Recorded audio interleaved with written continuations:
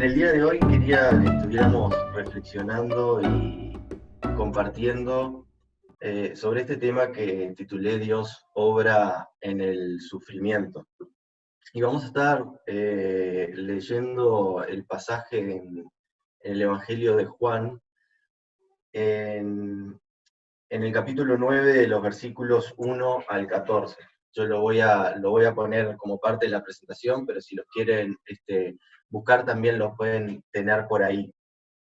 Como ustedes saben, los evangelios son textos narrativos, nos cuentan la historia de Jesús y su paso por la tierra, y como todas las historias es bueno tener un poco de contexto y saber cuando nos ponemos a leer qué es lo que estaba pasando en esa historia, qué es lo que estaba sucediendo. Juan nos cuenta en el capítulo 8, capítulo anterior al pasaje que vamos a estar leyendo, que Jesús había ido a la fiesta de los tabernáculos, una fiesta de las más importantes para el pueblo judío, donde de alguna manera recordaban y conmemoraban su pasaje durante el tiempo en el desierto, y cómo habían pasado, digamos, la vida durante todos esos años viviendo en tabernáculos o en cabañas, también es llamada la fiesta de las cabañas. Lo cierto es que Jesús había ido a esos festejos y había estado ahí involucrándose y aprovechando los encuentros que tenía para enseñar y discutir sobre su persona, sobre su poder y cómo él era el verdadero Cristo. Y ahí tiene unos encuentros y discusiones en torno a eso. La fiesta termina y Jesús continúa con un poco en esta intencionalidad de dar a conocer quién es, que Él es el Cristo, y al día siguiente que termina la fiesta, Él va al templo y allí continúa con una serie de discusiones con los fariseos, con los judíos que estaban ahí, y llega a decir algunas cosas un poco fuertes para los que estaban ahí, como nos dice en el versículo, uno de los últimos versículos del capítulo 8, dice: ciertamente les aseguro que antes de que Abraham naciera, yo soy. Diciendo, para ustedes estaba Abraham, pero miren que Abraham ya fue, ahora yo soy. Dando este mensaje de autoridad y de que él era Dios mismo que había venido a salvar. Obviamente esto, como venían siendo las discusiones, generó malestar y rechazo en los fariseos y los judíos, y nos dice a lo último de este capítulo que quienes estaban allí recogieron piedras para apedrearlo, con la intencionalidad de matarlo. Y Jesús obviamente escapa, huye de ese lugar, se va del templo. Y ahí es donde nos situamos. Jesús sale del templo y tiene un encuentro muy interesante que vamos a estar viendo con uno de los personajes que era común encontrar en los alrededores y las inmediaciones del templo.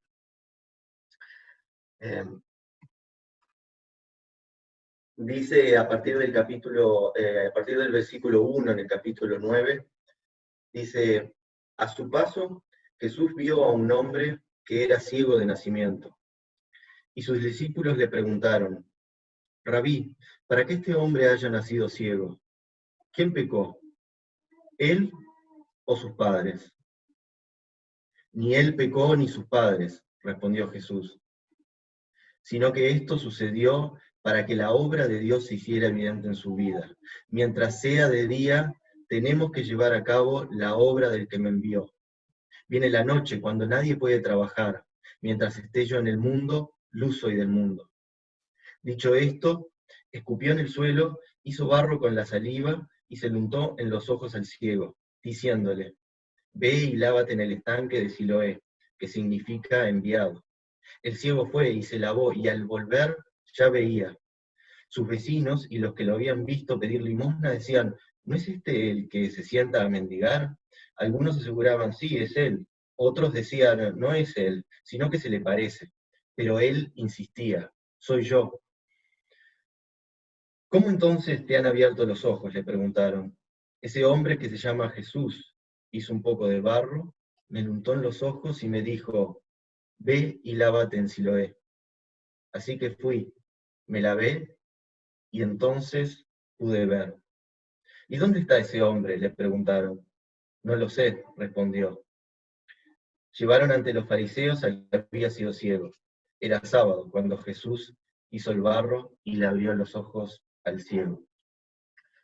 Vamos a orar. Damos gracias, Señor, por tu palabra. Te agradecemos por que tú nos hablas a través de ella. Gracias por que podemos contar con tu mensaje directo. Gracias porque podemos ver estas historias tan fascinantes y que nos hablan directamente a través de aquellas cosas que tú hiciste mientras estabas en la tierra. Señor, te damos gracias por eso y te pedimos que nos ayudes a entender lo que quieres decirnos a través de esta palabra en esta mañana. Te agradecemos y oramos en tu nombre. Amén. Quiero reflexionar en este pasaje a través de 4 preguntas que vamos a ir viendo juntos. Como comenzábamos viendo en el pasaje que leíamos, Jesús tiene el encuentro con un hombre ciego. Dice en el versículo 1 que Jesús ve a este hombre. Obviamente el hombre ciego no lo ve, no sabemos hasta qué punto se percató que Jesús estaba ahí, pero Jesús sí lo había visto y había reparado de alguna manera en él. En ese momento nos dicen los primeros versículos que a los discípulos que acompañaban a Jesús en el camino se les presenta una duda, una interrogante. Y como era común hacer para ellos, aprovechan que tenían la presencia del maestro para preguntarle sobre esta duda que ellos tenían. Nos dice en el versículo 2 que los discípulos le preguntan, Rabí o maestro, ¿para qué este hombre haya nacido ciego? ¿Quién pecó? ¿Él o sus discípulos? ¿Él o sus padres? Es interesante este acercamiento que tienen, porque dejan entrever cómo para ellos no había ninguna otra posibilidad para poder atar el sufrimiento de este hombre con una causa que no fuera o bien el pecado de él, o bien el pecado de otras generaciones que le precedían.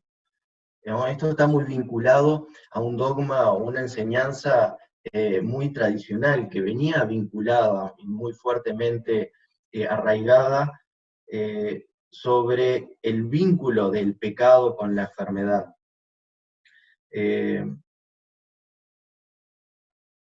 Pero los discípulos claramente se preguntan, bueno, siendo ciego de nacimiento, ¿cómo puede ser que este hombre haya pecado antes de nacer para haber contraído o para haber nacido de esta manera? Claramente dicen, bueno, tiene que haber sido algún pecado de sus padres, tiene que haber sido algo de otras generaciones que haya recaído, en definitiva, en la situación y en el sufrimiento que este hombre por años viene pasando. Menciono sufrimiento porque no nos olvidemos que en este tiempo el hecho de ser ciego, el hecho de tener una enfermedad, como por ejemplo sucedía con otras condiciones, era un hecho de sufrimiento y verdaderamente de una vida trágica en la época, porque estas personas eran verdaderamente aisladas de la sociedad, se veían en la obligación de tener que mendigar, como veíamos que era la situación de esta persona para poder sobrevivir. Entonces, verdaderamente lo que veían en esta persona era una vida de sufrimiento, una vida en condiciones verdaderamente muy difíciles. Y lo que se preguntan es, de manera muy cerrada, es, bueno, ¿qué hizo para merecer esto, no? ¿Él o sus padres? Y es interesante el acercamiento que tiene Jesús a esto, porque Jesús responde categóricamente que no a ambas posibilidades, ¿no? Jesús le dice en el verso número 3, ni él pecó ni sus padres, abriendo así una respuesta para sus discípulos que ellos no consideraban en absoluto. Ellos habían cerrado su pregunta a esta posibilidad. Sin embargo, Jesús abre otra posibilidad en el sentido de eh, el sufrimiento y esta condición que estaba llevando esta persona no necesariamente tenía que estar vinculada con un pecado, con una falta que esta persona hubiera hecho o que otras generaciones hubieran hecho y esto hubiera recaído directamente sobre él, sino que, como vamos a ver adelante, había otro, había otro propósito, había otra causa. Y lo primero que nos lleva a preguntarnos, y la primera pregunta que nos lleva a reflexionar es, ¿cómo entendemos el sufrimiento en nuestras vidas cuando estas son vidas rendidas en las manos de Dios, vidas que buscan al Señor, donde llevamos vidas de fe y entregadas a Cristo, y muchas veces experimentamos situaciones de sufrimiento, situaciones complicadas en nuestra vida y en la vida de los que nos rodean. ¿Cómo lo entendemos desde la explicación que podemos atravesar para entender ese sufrimiento que atraviesa en nuestra vida? Claramente, no es un tema que vayamos a entrar, pero claramente nosotros podemos tomar decisiones o podemos inclusive cometer pecados o alejarnos de Dios de tal manera que eso directamente y de manera bastante coherente, podríamos decir, nos lleve a ciertas situaciones complicadas y que pueden generar sufrimiento y problemáticas distintas en nuestra vida. Ese es un aspecto, pero no es el que estamos viendo ahora. El que estamos viendo ahora es, si nada de eso pasó, si nada de eso hicimos, igualmente caemos en esta situación o vemos esta situación a nuestro alrededor en otro, ¿cómo es que entendemos eso eh, precisamente? Y es interesante que Jesús presenta al menos esta perspectiva de decir, eh, no necesariamente eso que estás atravesando, esa situación difícil, ese sufrimiento en tu vida está vinculado con un pecado, con una falta. No es un castigo que Dios está mandando para tu vida. Y es interesante que esto salga directamente de la boca de Jesús. Jesús mismo les estaba diciendo a sus discípulos, miren que esto que está viviendo este hombre, la ceguera que por años tuvo y que lo llevó a esta vida que tiene ahora, eh, no es un castigo de Dios. Y eso es una palabra sumamente liberadora, parte del mensaje de liberación de Jesús. Entre tantas otras cosas que Cristo nos vino a liberar y salvar, nos vino a liberar de poder tener este entendimiento sobre los momentos de sufrimiento en nuestras vidas. De decir, yo los libero de pensar que esto es una carga directa y una causa y consecuencia directamente del pecado en sus vidas. Este es un mensaje tremendamente esperanzador, como decíamos recién. Así, cuando una enfermedad grave llegue a nuestras vidas, cuando la pérdida de un ser querido llegue por causas muchas veces inesperadas, o cuando, no sé, perdamos nuestro trabajo y quedemos en alguna situación complicada, quizás sin haber hecho nada para merecerlo, bueno, podemos al menos tener esta concepción de que eso no está vinculado a un castigo de Dios sobre algo que directamente nosotros hayamos hecho. Ahora, esto puede parecer una enseñanza hasta teológicamente muy básica o muy sencilla o muy conocida quizás, eh, pero lo cierto es que cuando llegan estos momentos de sufrimiento que muchas veces son muy extremos, no es, eh, no es raro que lleguemos a pensar estas cosas, que lleguemos a plantearnos estas cosas y a ponernos una carga sobre nosotros. Y no es raro hasta tal punto que esto trasciende no solo las vidas personales y muchas veces esta concepción llega a las comunidades, llega a la sociedad misma, y dentro de nuestras mismas, inclusive comunidades cristianas, se dan ciertas interpretaciones, ciertas cosas que pasan como que son castigos directos de Dios. Eh, Les pongo brevemente eh, dos ejemplos. Eh, Uno no tan reciente, eh, la cita en inglés, pero se las traduzco.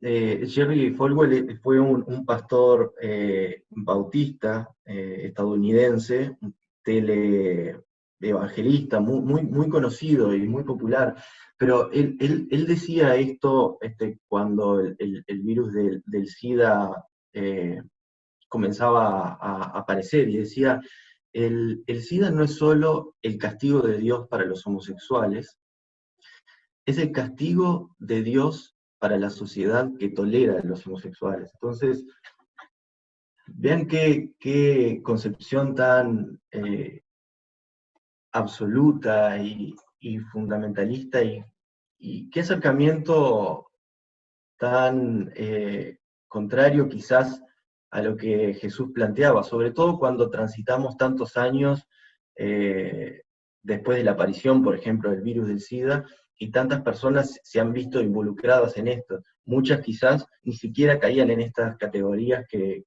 él ponía como que esto era un castigo, ¿no? Eh, eh, pero vean cómo esto no está lejano, digamos, de un entendimiento de eh, las causas del sufrimiento. Algo más reciente, hemos atravesado tiempos eh, muy difíciles y de sufrimiento muy intenso en torno a toda la crisis con el coronavirus en diferentes partes del mundo. Gracias a Dios estamos en un momento que pareciera que en nuestro país está bastante estable, ¿no? Pero no olviden que hasta hace poco recibíamos las noticias todos los días de 600 y 800 muertos por día en Italia, en España, aún en muchos países del mundo la situación es muy complicada y eso está traduciendo en situaciones de sufrimiento sumamente difíciles en lo personal, ¿no? En Estados Unidos mismo la situación está bastante descontrolada, ¿no? Y, y esto también pasa,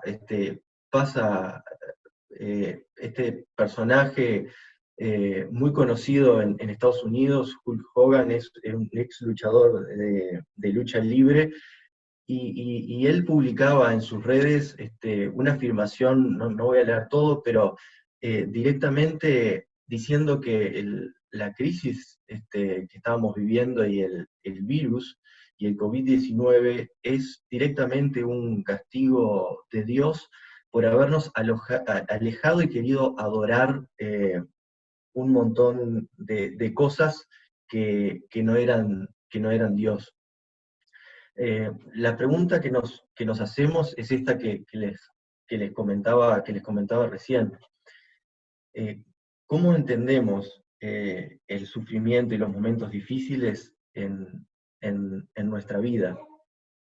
Jesús mismo aquí abre una posibilidad, y es que así como la vida que había llevado esta persona ciega, y dentro de muy poco iba a ser liberada por medio de un milagro de Jesús, no había sido necesariamente causa del pecado en su vida o el pecado de sus padres, sino que tenía otra causa. Bueno, esa es también una posibilidad para aquellos momentos y situaciones de sufrimiento en nuestra vida. A continuación, que Jesús les revela a sus discípulos esta, esta respuesta acerca de que verdaderamente no había una razón directamente asociada al pecado y a la enfermedad de esta persona. Jesús abre la puerta a que el propósito del sufrimiento, en definitiva de la ceguera de este hombre, está directamente vinculado al propósito de Dios en su vida. Y Jesús dice, esto sucedió para que la obra de Dios se hiciera evidente en su vida.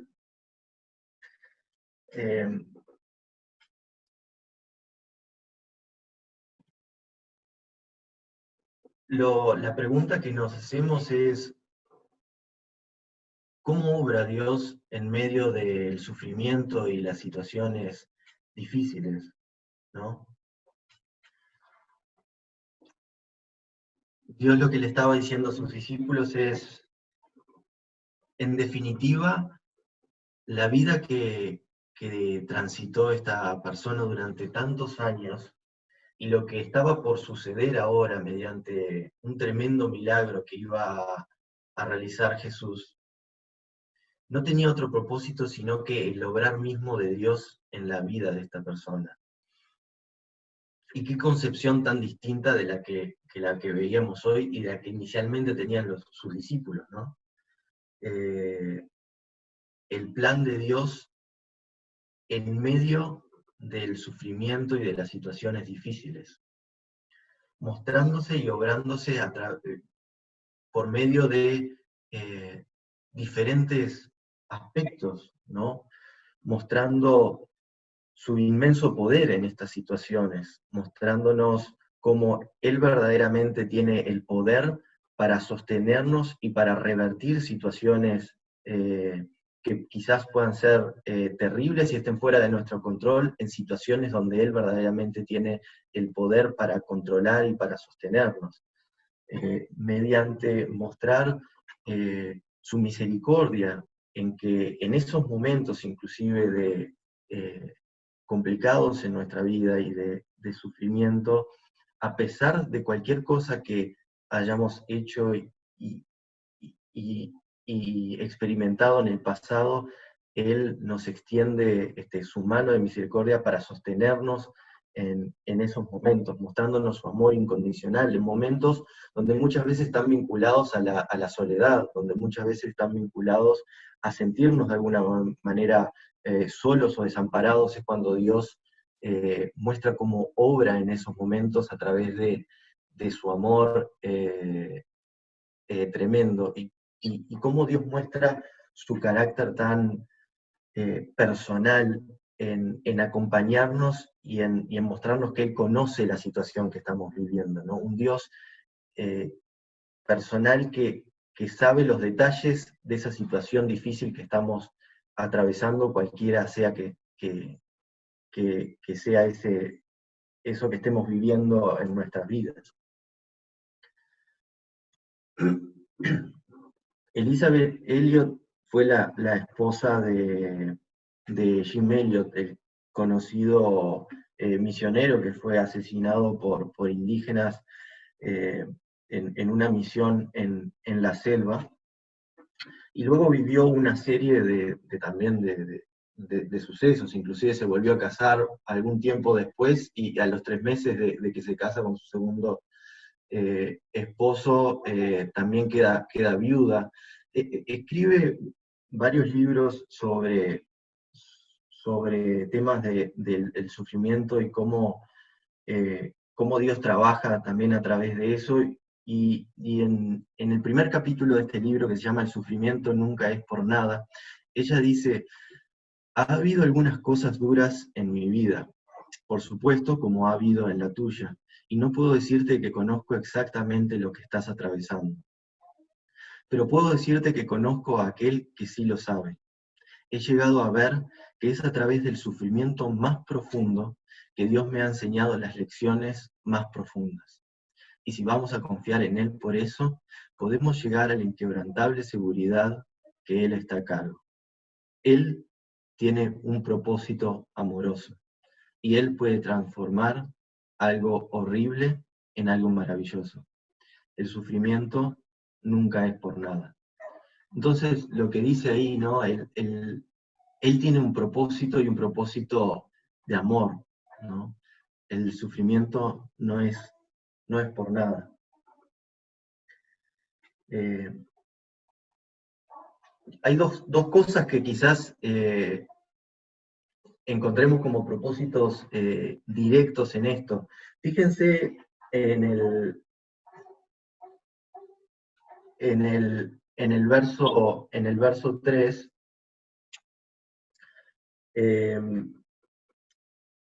Jesús dice: mientras sea de día tenemos que llevar a cabo la obra del que nos envió. Perdón, el versículo 4, tenemos que llevar a cabo la obra del que me envió. Viene la noche cuando nadie puede trabajar.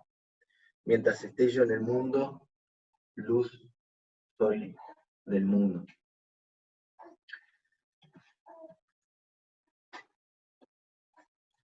Jesús les dice algo interesante después de revelarle a sus discípulos que el propósito por el cual esta persona eh, era ciega y estaba sufriendo, no era el pecado, sino que era un propósito más grande en su vida, y que era mostrar directa y explícitamente la obra de Dios en su vida.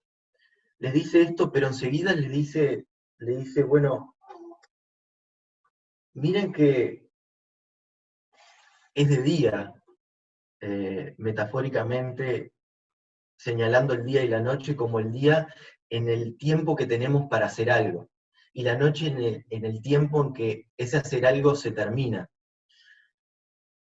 Entonces, para interpretar un poco esto, es de alguna manera como que Jesús le dice: bueno, miren, está todo bien con lo que ustedes me plantean. Ustedes me plantean casi una duda teológica, y una discusión casi teológica, en el sentido de, bueno, pongámonos a ver cuál es la causa del sufrimiento y el origen de esta condición que tiene esta persona ciega, pero yo lo que les estoy diciendo es: miren que hay que hacer algo, miren que es el tiempo para hacer algo. Entonces, qué interesante esta contraposición entre decir, bueno, ¿en qué tenemos que entrar, no? Tenemos que entrar en la discusión teológica, en el plano de la discusión mismo, o tenemos que entrar directamente a vincularnos con el objeto de compasión, que era este hombre, ahí necesitando que alguien haga algo por él, ¿no? Y Jesús les dice a sus discípulos: es ahora el tiempo, porque después va a venir la noche, y la noche, como decíamos, de alguna manera ejemplifica el tiempo donde las cosas se terminan. O sea, después su vida va a tener un fin, va a llegar el fin de los tiempos, ustedes van a morir, van a estar en el cielo, y en el cielo no van a tener a alguien con quien puedan ayudar a aliviar el dolor y atravesar el sufrimiento. Es ahora el tiempo que tenemos eh, para hacer algo en ese sentido. Entonces, la tercera pregunta que que me gustaría que estemos reflexionando en sintonía con esto que veíamos es, ¿qué hago o qué hacemos para aliviar el dolor y el sufrimiento de otros? ¿No?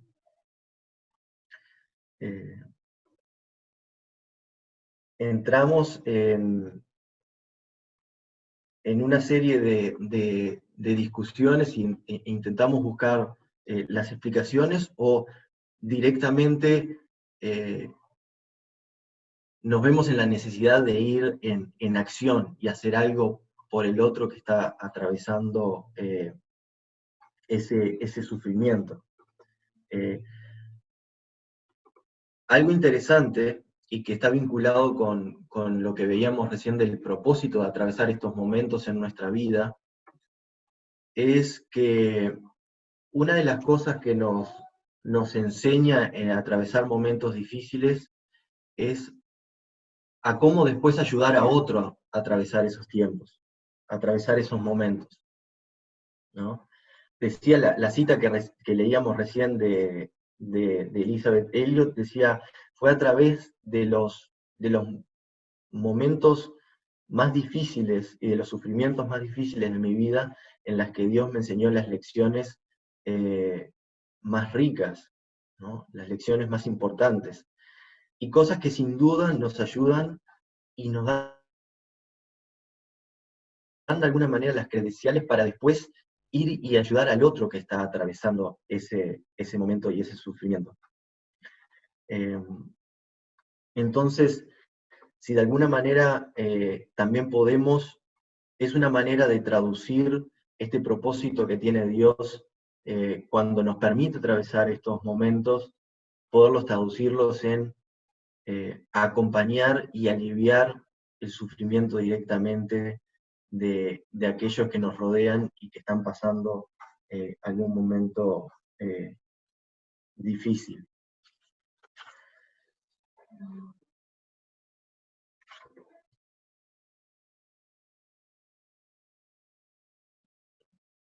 Seguido esto, en el verso número 6, viene el gran milagro, ¿no? Jesús le devuelve o le da la vista a este hombre que nunca había visto, había nacido con ceguera, y es una cosa, bueno, no sé cómo describirla, pero no sé, Jesús se pone a escupir en el cielo y a hacer barro con la saliva. Obviamente esta persona, nos imaginamos que no estaría siendo consciente de lo que Jesús estaba haciendo, pero lo cierto es que Jesús toma ese barro, se lo frota por los ojos, y le dice que con el barro mismo vaya a lavarse a Siloé, y una vez que hace esto, esta persona recupera la vista. Ahora, esta escena, de alguna manera tan particular, por la cual Jesús realiza este milagro, tiene al menos una implicación que yo encuentro bastante interesante, ¿no? Y es, Jesús podría haber levantado la mano o haber impuesto la mano de lejos a esta persona y haberla sanado directamente, ¿no? Haberle dicho, bueno, podés ver, abrí los ojos y ya podés ver. De hecho, Jesús tampoco tenía la necesidad de hacerlo de manera individual. Jesús podría haber, inclusive haber convocado una multitud, donde haber convocado a un día en particular, y haber dicho, bueno, todas las personas ciegas se colocan por acá, todos los paralíticos por acá, todos los que tienen lepra, y ¡vum! O sea, todos son libres de lo que estaban viviendo. Jesús tenía el poder para hacerlo eso, y lo podría haber hecho perfectamente de esa manera. Ahora, el haberlo hecho de esta manera tiene dos implicaciones muy interesantes. Una es que es esta, que Cristo se pone en contacto directo con aquel que estaba atravesando el sufrimiento, que era esta persona ciega. Lo hace de manera personal y directa, y lo hace a través de una manera muy física, ¿no? A través del contacto físico directo, ¿no? Lo toca, ¿no? Hace este barro con su saliva y le toca los ojos directamente, genera este contacto, genera este vínculo para que no solamente el milagro explícito suceda, sino para que suceda a través de un vínculo muy particular con el Señor. Entonces, la pregunta que nos hacemos también para reflexionar sobre esto es, en esos momentos difíciles, en esos tiempos de sufrimiento, ¿cómo es el contacto que tengo con Cristo? ¿Cómo es el acercamiento que tengo con el Señor? Es un acercamiento donde busco que Dios obre en mi vida y se acerque de una manera personal y directa. Es un contacto en el cual lo que busco es sentir el contacto casi físico con el Señor, ¿no? Sintiendo que prácticamente es Él quien me está sosteniendo y es que está tomando de mi mano en ese momento, ¿no? Como prácticamente sentirlo físicamente al lado nuestro. ¿Cómo es ese contacto que experimentamos en ese momento?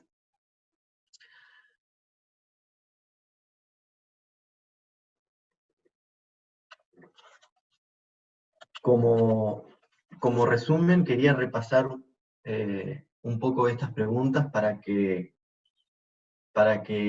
en lo que estuvimos conversando nos lleváramos como reflexión y pudiéramos seguir reflexionando en cuáles son las respuestas que Dios nos da a través de este pasaje. La primera era cómo entendemos el sufrimiento en nuestras vidas rendidas en las manos de Dios.